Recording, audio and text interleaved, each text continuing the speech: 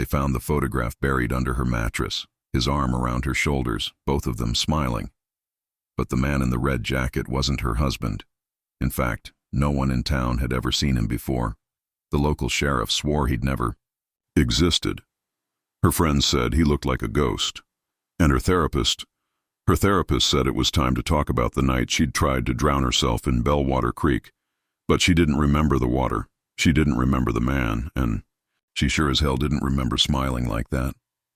It started with a noise in the walls, not rats, not creaking pipes, a steady thumping, soft, rhythmic, like a heartbeat just behind the plaster. Amelia Carter had lived alone in the blue house on South Pine for over 8 years. She wasn't the type to scare easy, but this sound, it felt personal, like it was aimed at her, like it wanted to be heard. On the 4th night, she followed it to the guest room. Dust covered the floor. A box fan sat idle in the corner. She pressed her ear against the wall, held her breath, and listened. Thump, thump, thump. Then it stopped. Her heart jumped at the silence. She should have left it there, should have chalked it up to insomnia or anxiety or the aftermath of too many nights drinking chamomile tea with vodka. But curiosity is its own kind of illness. And for Amelia, it came with a compulsion. She tore a hole in the drywall with the claw end of a hammer. Nothing inside, no pipes, no vermin, just darkness and a photograph. It had no dust on it, no mold, no weathering. It looked like it had been developed yesterday, glossy, crisp, untouched by time. Her hand trembled as she picked it up. It was her in a red dress she didn't remember owning, sitting on a wooden bench by the Bellwater Creek bridge. Her, head tilted toward a man in a red jacket, his face turned to the camera, smiling with that lazy kind of confidence that suggested familiarity, intimacy. He had his arm wrapped tight around her. Her stomach dropped. She stared at the man, tried to place him. There was something about his eyes, soft but heavy, like he carried something ugly just beneath the surface. She didn't recognize him, not even a hint of familiarity. She barely remembered the dress, and she definitely didn't remember the day. She drove to Bellwater Creek before the sun rose, parked beside the bridge, sat on the bench. It looked just like the one in the photo. Same moss on the wood, same iron bolts along the backrest. Except there was no memory, no moment surfacing, just the gnawing cold of November air pressing into her spine. She took the photo to the sheriff's office. Sheriff Daniels squinted at it, rubbed his temple, and said, "Is this supposed to be recent?" "No," she said. "I mean, I don't know, but that's me, right?" He studied her, then the photo again. "Yeah, that's you, but I've never seen him before in my life. You sure this isn't edited?" She didn't answer, just stared at the stranger's face. That night she pulled out old yearbooks, diaries, Facebook albums, nothing.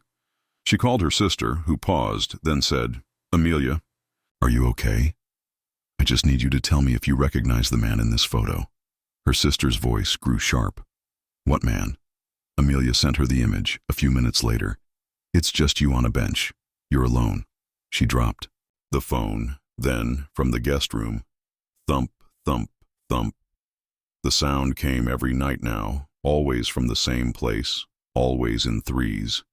A slow, deliberate thump like someone knocking softly from the inside. Amelia stopped sleeping.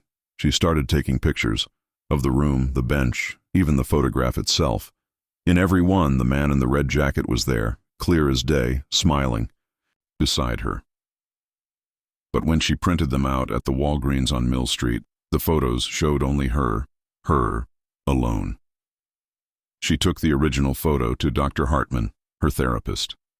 It had been nearly 2 years since her last session, after the incident. But Hartman took her in without questions, settling into that calm, clinical tone Amelia had always half respected, half resented. "You said you found this inside your wall?" he asked, examining the photograph. "Yes." "And the man in the photo, do you recognize him?" "No, but I feel like I should." Hartman turned the photo over. Nothing on the back. No timestamp, no writing. "Have you been experiencing stress lately? Lack of sleep? Paranoia? I'm not paranoid, she snapped.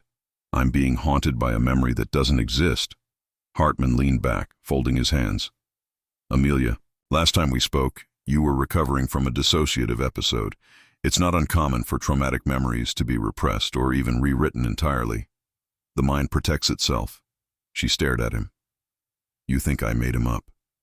I think the brain is more powerful than we give it credit for. It can invent faces, entire relationships, especially when you've been through what you have. She flinched. I don't remember what I've been through. That's exactly my point. That night she burned the photo. She watched the paper curl and blacken in her kitchen sink, the man's face disappearing behind smoke. But when she went to bed and turned off the light, something cold settled in the room.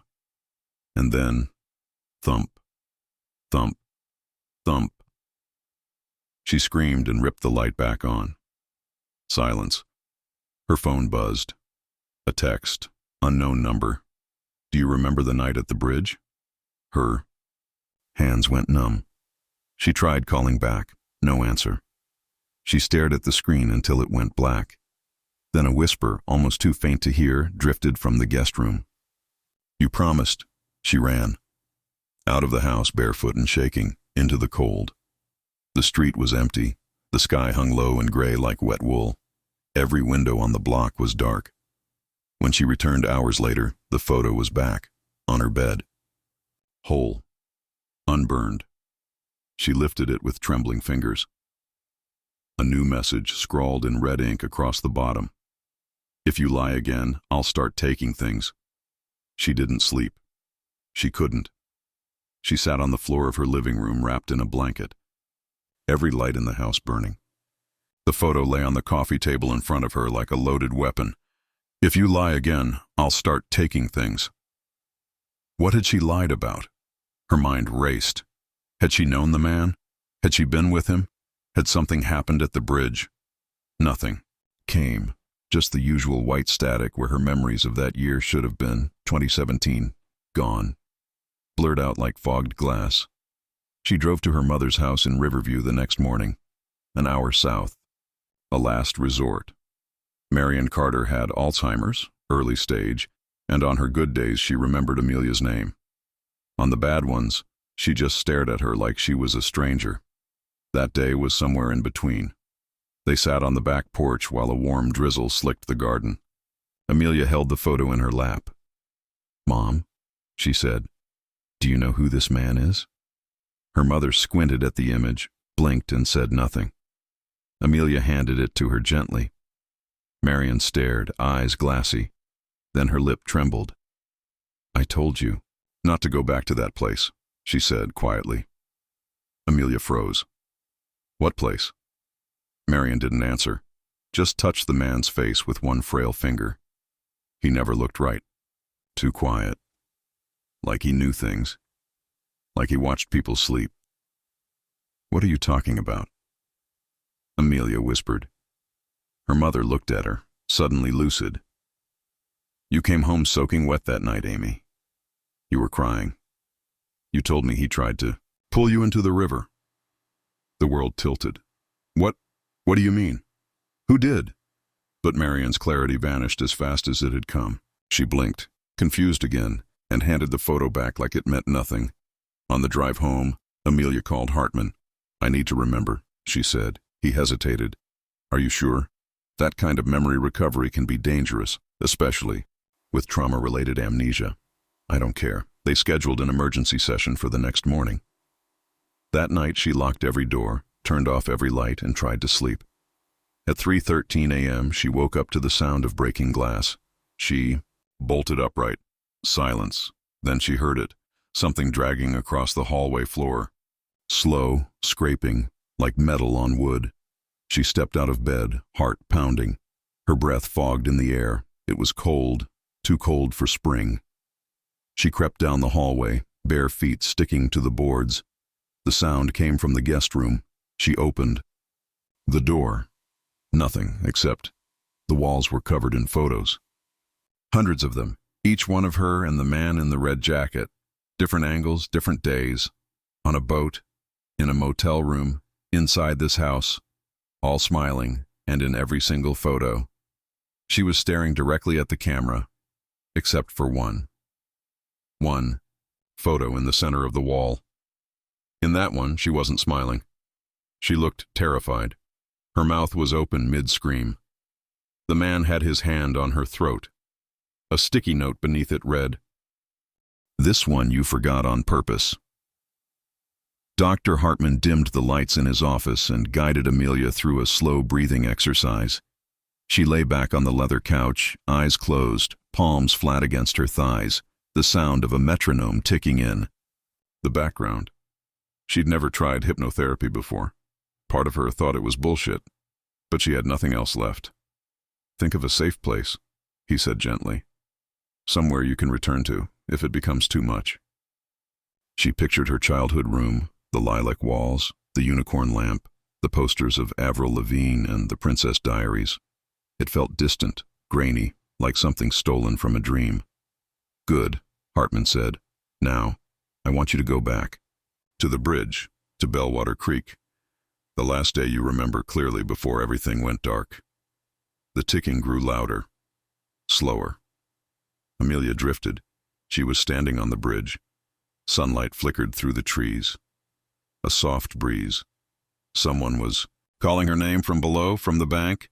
"Amy, come here." She looked down. A man stood by the water, the red jacket, his hands in his pockets, his head tilted. "I want to show you something." Her heart pounded. She didn't want to go down. Every part of her screamed not to, but her legs moved anyway. Her feet crunched the gravel path, step by step, closer to the trees, the mud, the glint of the creek. "You said you wanted to forget," he said. His voice was soft, kind even, familiar. "You begged me to make it go away, to make it so it never happened." "What never happened?" she asked. He smiled. "We did a terrible thing." Her throat tightened. "I don't." "Yes, you do. You remember the motel. You remember the blood." No, she didn't." "I didn't hurt anyone," she whispered. He reached into his pocket, pulled something out, a necklace, a child's necklace, pink plastic beads, a butterfly pendant. Amelia's knees buckled. "I didn't," she whispered. "Say." "Her name," he said. "Say it." She couldn't breathe. "Say it, Amelia. Say." She jerked up, screaming. The room spun. Hartman leaned over her, his voice urgent. "You're safe. You're here. Stay with me." But she wasn't here. She was there, and she remembered the necklace. It had belonged to a girl, a little girl with brown curls and a chipped front tooth. She'd found it under the motel bed. And then, it stopped again. Her mind slammed the door shut, but something had cracked, something had gotten out. Hartman gave her a glass of water. "What did you see?" She couldn't answer. Her hands shook too hard. Later that night, she dug through her closet until she found it. An old shoebox labeled Bellwater. Inside, postcards, ticket stubs, a faded map of the hiking trail, and at the bottom, a motel room key. Room 109. Silvercrest Inn. Her hands trembled as she picked it up. She hadn't been back there in 8 years. She booked a room. She packed a bag, and she drove. The Silvercrest stood half-collapsed against the edge of the woods, forgotten by the highway, its neon sign flickering like a dying pulse. The woman at the desk didn't look up when Amelia handed her the key. "You were always good at pretending," she muttered. Amelia froze. "What did you say?" But the woman just smiled. Room 109 smelled like mildew and old regrets. The carpet was stained, the wallpaper peeled. She sat on the bed and stared at the door, and waited. At midnight, the knob turned slowly, and the man in the red jacket walked, and he stepped inside like he belonged there. Same red jacket, same quiet smile. He hadn't aged, not a wrinkle, not a crease. Just like the photo. Amelia couldn't move, couldn't speak. He looked around the room, taking it in like a returning guest. "Still smells the same," he said, like they were old lovers meeting after years apart. She found her voice. "Who are you?" He chuckled. "You really don't remember?" "I remember. The necklace. Something flickered in his eyes, almost tenderness. Good, that's a start. She stood up, backing away from him until her heels hit the wall. You said we did something, she said. Something terrible. He took off the jacket and laid it gently on the bed. You begged me to make it go away, said you couldn't live with it. So I helped. I took it from you. Every piece of it. He stepped closer. She couldn't run. Couldn't look away. You wanted to forget the girl. Her knees buckled, but she didn't fall. He sat on the edge of the bed, calm as ever. It wasn't just her, he said. It was what you did afterward. What we both did. No, she whispered. I never hurt a child. I would never. You didn't, but you let it happen. Her vision swam. Her body turned to ice. We were drunk, he said. You passed out. I told you I'd lock the door, but I didn't. Amelia's heart cracked open like glass under a tire. She came in looking for the cat, that stupid stray that hung around the dumpsters. She was just a kid. He looked up at her. You woke up to the sound. You saw. You watched. Tears slid down her cheeks. I tried to stop you, but you didn't, he interrupted. You froze. And when I was done, you sat in the bathroom and rocked like a child. I cleaned everything. I burned her clothes. You made the call from the payphone. Amelia fell to her knees. I wanted to go to the police, she said, shaking. I remember wanting to. But you didn't, he said softly. You helped bury her in the woods behind this place. He opened his palm. The necklace. You begged me to take the memories, he said. So I did. Every time you heard that thumping in the wall, it was just the truth trying to come back. She stared at the floor, her whole body convulsing in silent sobs. I don't want to remember anymore, she whispered. You don't have a choice, he said. You left something behind. He stood and walked to the mirror. There, written in steam across the glass, were 5 words. The body is still there. She turned to stop him, but he was gone. No door opened. No sound, just the red jacket still folded on the bed. Inside the pocket, a map, a red X marked behind the motel, and a note. If you don't dig, someone else will. It rained the next morning, thin, needling rain that stung her skin and made the ground soft under her boots. Amelia stood at the edge of the tree line behind the Silvercrest Inn, staring at the red X on the map. Her hands were blistered from gripping the shovel. Her clothes were soaked through, but she couldn't go back. Not now. Not after that night. Each step into the woods felt like a descent. The trees closed around her. The world went quiet. Even the rain seemed to hush. She found the spot. She recognized the clearing. It was smaller than she remembered. There was the crooked elm, the rusted beer can still half buried in the dirt. Her throat closed. She dropped the shovel and fell to her knees. The ground was already disturbed, slightly raised, covered in moss. Whoever buried the girl had done it quickly, sloppily. Her hands moved before she could stop them. She dug. An hour passed, maybe 2, then she hit something. Fabric. Amelia froze, pulled back the mud, a scrap of faded pink. Plastic beads glinted beneath the soil. She sobbed, another inch down, and her fingers brushed something cold and round. Bone. She screamed until her voice cracked, until the sky felt like it would split open. She scrambled back, hands coated in earth and decay, the smell of rot filling her lungs. But she didn't stop. She called the police.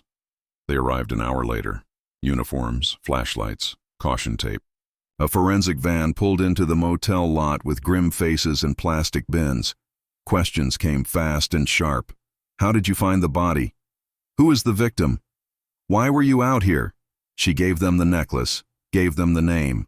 Her name was Lily, she said, barely audible. Lily Marin. She was 8. She went missing in 2017. I was here. I saw. She broke. They took her into custody. In the interrogation room, she told them everything. The motel, the man in the red jacket, the bridge, the photos, the sounds in the wall, the map, the dreams.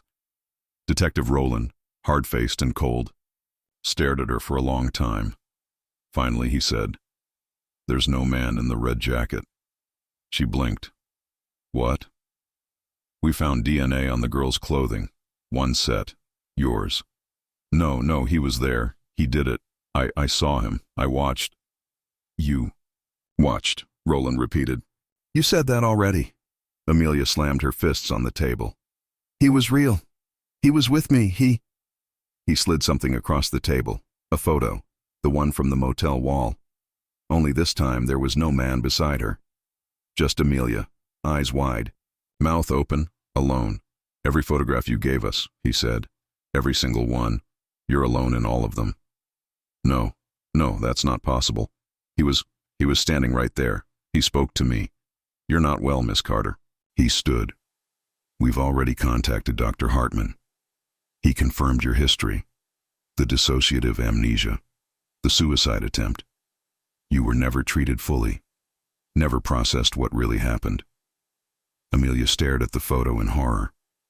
"No, you don't understand," she whispered. "I saw him." He paused at the door. "Sometimes," he said, "we invent someone else to hold the guilt, to carry what we can't." The door clicked shut, and Amelia was alone again. They placed her on suicide watch. Padded cell, no belts, no shoelaces, white walls, bright lights, everything soft, sterile, like grief wrapped in gauze. Amelia didn't fight it. She sat on the bed, staring at the opposite wall, the one where she sometimes imagined she still heard the knocking. Thump, thump, thump. But it never came now. The police had ruled it an accidental death, pending psychological evaluation. The forensics couldn't determine cause. Too much time, too much decay. But the timeline, the location, her DNA. She would never walk free again. Dr. Hartman visited on a Tuesday. He sat across from her, quiet, solemn. She looked older than she had 2 weeks ago. Thinner, like a ghost clinging to a body. "You said," she began, her voice flat, "that we create people when we can't face what we've done." "Yes. I created him, didn't I?" Hartman nodded.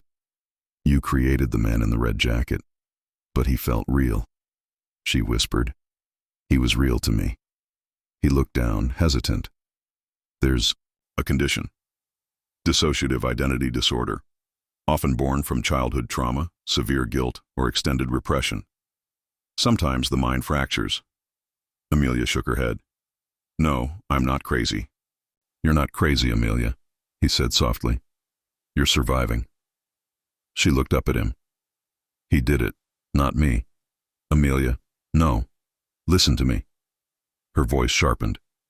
"He buried her. He burned her clothes. He sent the messages. I didn't know. I forgot." Hartman studied her. "Sometimes the part of us that carries the truth becomes someone else entirely." She stood suddenly, paced. "I saw him. I talked to him. He told me about the necklace, about the blood. How could I have known that if—" Her voice broke. She crumpled onto the bed, gasping. Hartman waited. Then quietly, carefully, he asked, "What was his name?" She looked up. Her voice was a whisper, but the name came out clear. "Ethan." Hartman stiffened. "What did you say?" "His name was Ethan." The color drained from his face. "Amelia, your twin brother Ethan died when you were 12. Drowned in Bellwater Creek." Silence. The room swayed. Her mind cracked like ice underfoot. "No. You were there. You fell in. He saved you. He didn't make it back." No, I never had a brother." "You did," Hartman said, voice trembling. "Your parents buried it. You never talked about it. But in our early sessions, when you were barely lucid, you'd say his name. Over and over." Amelia's breath caught in her chest. "You gave your guilt a face," he said. "You gave it Ethan's face." She began to shake. Violently. "I wasn't the one who hurt her," she whispered one last time. Hartman didn't respond. She looked up and saw him in the mirror on the wall. the man in the red jacket, standing behind her, smiling. Hartman was gone. The mirror shattered, and finally, she remembered everything. The motel, the girl, the scream, the blood, the moment she stood by the door and did nothing, and the man in the red jacket had always been her, not a ghost, not a brother, just the part of her that watched, that chose not to act, that buried the truth and wore a smile. She curled into herself on the bed, sobbing, while the pieces of the mirror bled quietly on the floor.